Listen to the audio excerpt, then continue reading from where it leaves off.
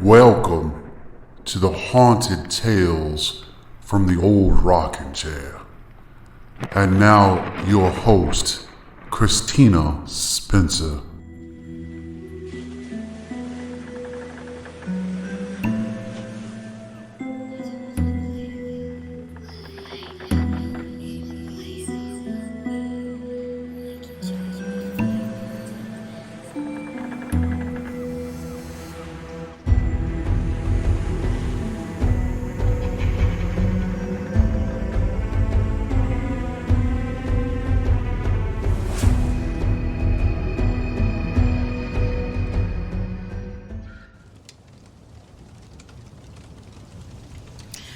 Well, hello there. Come on in and get cozy by the fireplace. Let me get settled into my old rocking chair and I'll tell you a couple stories. Haunting stories. Stories that are not for the faint of heart. Some of these stories may not be about hauntings per se, but nonetheless will haunt you. Because after all, some of the most scary things in life are not ghosts and demons, but the people we cross on the street. If you're brave enough, keep listening. If not, get up and leave now because you'll never be the same. Don't say I didn't warn you. Welcome to the haunting stories from the old rocking chair.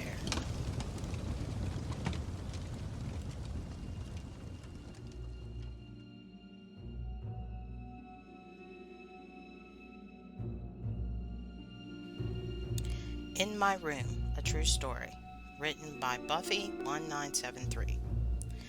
My sister Penny was always afraid of the upstairs of our house. She never went up there at night. Our main conversation every night went something like this. Penny, Buffy, go upstairs and find me my white sweater, black jeans, and leather jacket. The clothing items would change from night to night, but I was always asked to go get her things. But she would not go up there without an adult after dark. Me, why can't you go get them? Penny, because something's up there. Me, I sleep up there, nothing's happened to me. Penny, just wait, someday it will. Okay, I will admit it was creepy as hell up there. I will give you the layout. There are 2 rooms that lead into each other, no hallway, and there's an attic above and one on each side. The house is well over 100 years old and there is a banister over the stairs, but it's closed off by a door. I remember Penny coming home from dates, and before she would take her boyfriend upstairs, she would send him up with a flashlight to check the closets and under the beds, even though I was in one of those beds. Once, when our mother asked her why she wouldn't sleep upstairs in her room, she rattled off numerous reasons. Penny, you can see small lights coming out of the closet, and you can hear footsteps and heavy breathing in the attics, and there's always a sense of being watched a little too closely. Me, that is ridiculous. I've never seen anything or heard anything. You should stop letting her sleep on the couch every night. Mom, she's okay. She can sleep where she wants. She's not hurting anything. I think my mom knew, but since nothing was bothering me at the time she overlooked it. Better to have one daughter on the couch than 2. I even took this problem to my dad, being as he was always on my side, and Mom seemed that she was always on Penny's side. Eventually, my sister got married and moved out when she was 18, and I was 11. Then I guess the ghost or whatever thought it was my turn. My experience. In the attics, I would hear stomping, and it was not in just one attic, but it was in all 3. There were whispers in the closet, like 2 children having a conversation. The conversations I overheard were from talking about dolls sometimes. They were trying to figure out what happened to someone named Uncle Doffy, and sometimes it sounded as if they were discussing how they could run away. I did not get a bad feeling from the girls in the closet. I was always being watched all day and all night, and I lived in a constant state of panic. When I was upstairs, every nerve was on edge. The worst thing was that big black shadow in the middle of the night asking where Penny was.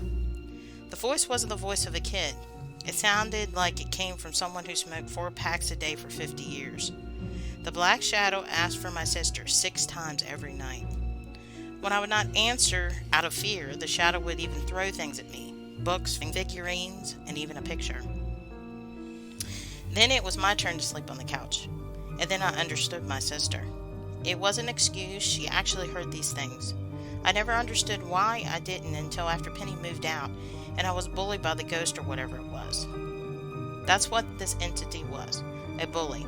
Something that always had to have power over the young, powerless sisters that lived in the home.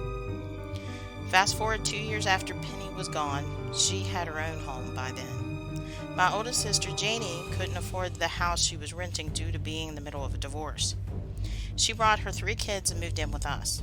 Jennifer, which was 5, Kevin, who was 3, and Amanda, who was 2, which meant Jennifer would be staying with me and we were both expected to sleep upstairs. We were woken up all the time by stomping, and when Jennifer would start to cry from being scared, I would tell her it was because the house was old, and that's what old homes did. They settled at night. Exactly what my mom always told me when I heard odd noises in her home.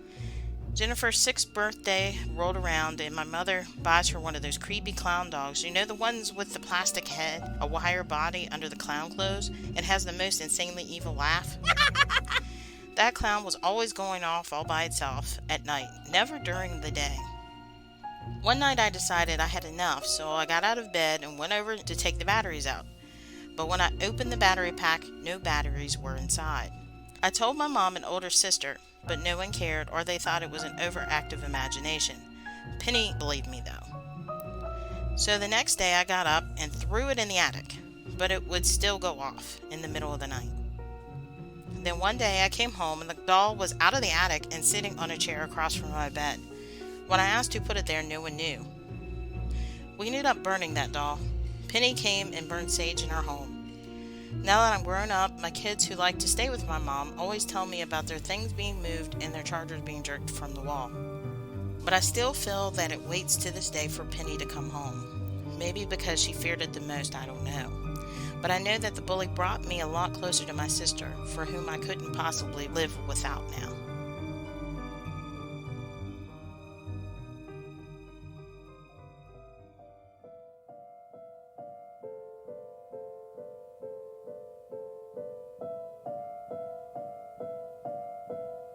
I Wish I Was Making This Up, written by Todd XXX123. My wife passed away suddenly on June 2nd, 2020 from a massive heart attack. Nobody ever asked themselves what they would do if their significant other was not there tomorrow. I wish I would have asked myself that question. Maybe I would have been more prepared. Anyways, 2 days after she died, I was on my way to do something, and at last minute I remembered I forgot my phone.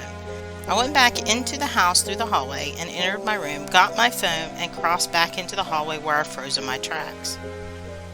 Because I smelled my wife's perfume as if she was standing right next to me.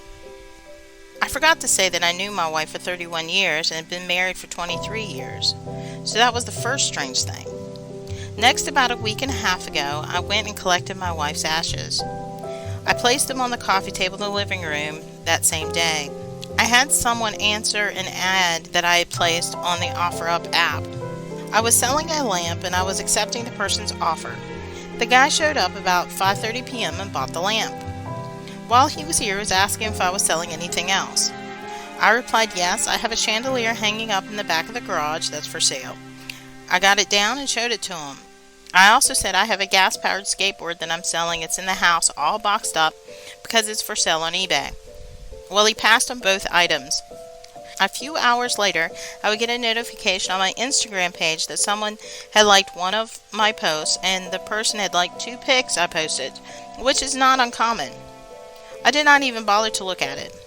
The next morning when I got up, I checked that Instagram notification and the person that had liked the 2 pics, one of the skateboard and the other was of the chandelier.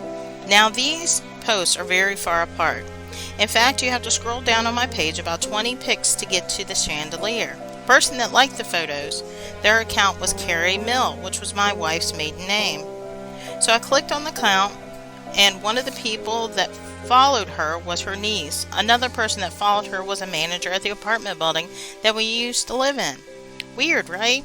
So I searched some of my wife's paperwork looking for a password to her Instagram account, and I found it. So I went to her account, went to settings, and looked at her activity log. The only time that account has been accessed was from our own IP address. What the hell? Next weird thing, last night about 3 a.m., I'm sitting at my computer in my room, and the dog comes and stops at the foot of the bed. She looks up like she's getting ready to jump up, but she doesn't. Instead, she just sits there staring up at nothing. She starts wagging her tail and twisting her head back and forth like someone scratching behind her ears. This goes on for about a minute or so. Last thing today, my son was filling out an application for a student grant for school on his phone. When he was done, he scrolled to the bottom of the page to make sure he didn't miss anything. And you know how at the bottom of an app it says either how many people have used this app or when it was used last? Well, at the bottom of the app it said it was last used on 12/31/1969. And that was my wife's birthday.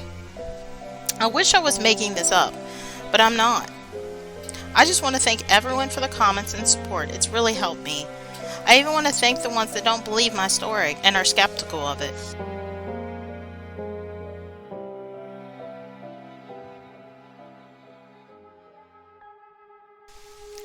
Ghost Train, written by the Drowned Hounds.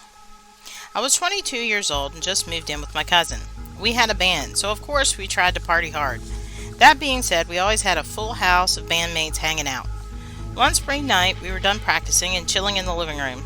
I was sitting on the couch across from my cousin, who was passed out in the recliner. All of a sudden, he springs up from the recliner, looks at me, and says, "We've got to go to the train trestle now." The train trestle was an old, abandoned, torn-up railroad track that led to a still intact wooden bridge over the river. We grew up in a small South Carolina town, and there wasn't much to do, so we would go hang out at places like that to drink and hang out. Back to that night. When my cousin sprang up and said, "We've got to go to the train trestle now," I thought maybe he was joking or really baked. But he kept saying it and was dead serious. The trestle was like 30 minutes away and it had to be after midnight. But this was so crazy I had to go. So we started heading out the door, and all our friends outside smoking asked where the hell we were going. I told them what my cousin said and they couldn't pass it up either. So around 6 of us piled in my cousin's 93 Ford Bronco and headed out. The 30-minute ride to the trestle was completely silent except for a few drunken, "What the hell are we doing?" My cousin kept saying, "I don't know, I just feel like we gotta go." We turned down the gravel road that leads to the abandoned train trestle. We followed it up like a half a mile. You make a left turn and we're looking at the trestle about at our 11 o'clock vantage point. We all got out of the Bronco and walked towards the bridge. We didn't even make it 10 steps when a faint light appeared in the distance and it kept getting brighter. The light keeps coming and now it's crossing the bridge. I remember one of my friends fearfully asking, "What the hell is going on?" The light kept getting brighter and brighter, and then finally I comprehended what I was seeing. It's a train. The train was bright white with gray, completely silent and passing from our right to the left within 20 yards. Then out of nowhere the train slows to a stop. At this point I'm in such disbelief that all I can do is stare. I know I sound crazy, but I swear the next thing that happened is people started walking off the train. They were wearing what appeared to be, to my 20-year-old brain, like old clothing. I remember top hats on the men who were grabbing the bags and women in big dresses departing the cars. Next, it gets a little fuzzy because it's been 17 years, but the people just vanished.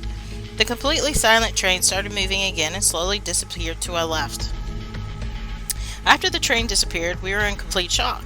And the reality set in. We started freaking out and trying to figure out what the hell just happened.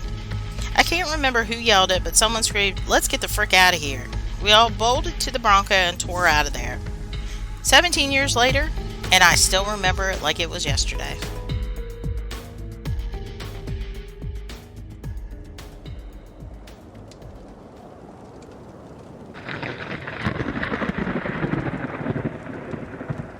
I hope you all enjoyed all of our haunted tales this evening. If you would like to discuss any of the stories on tonight's podcast or just chat live with me, join our Discord server. I'm always live on there during and after the podcast every Sunday night starting at 7 p.m. Join our community on our Facebook group page and YouTube channel. If you have a haunting story of your own or artwork and you want to submit it for consideration for the future show, drop me a line on our Reddit page or email address. All our links are below in the description. Special thanks to Darken Mood, Darken_M00D, for all his wonderful art that you can check out on his Reddit page.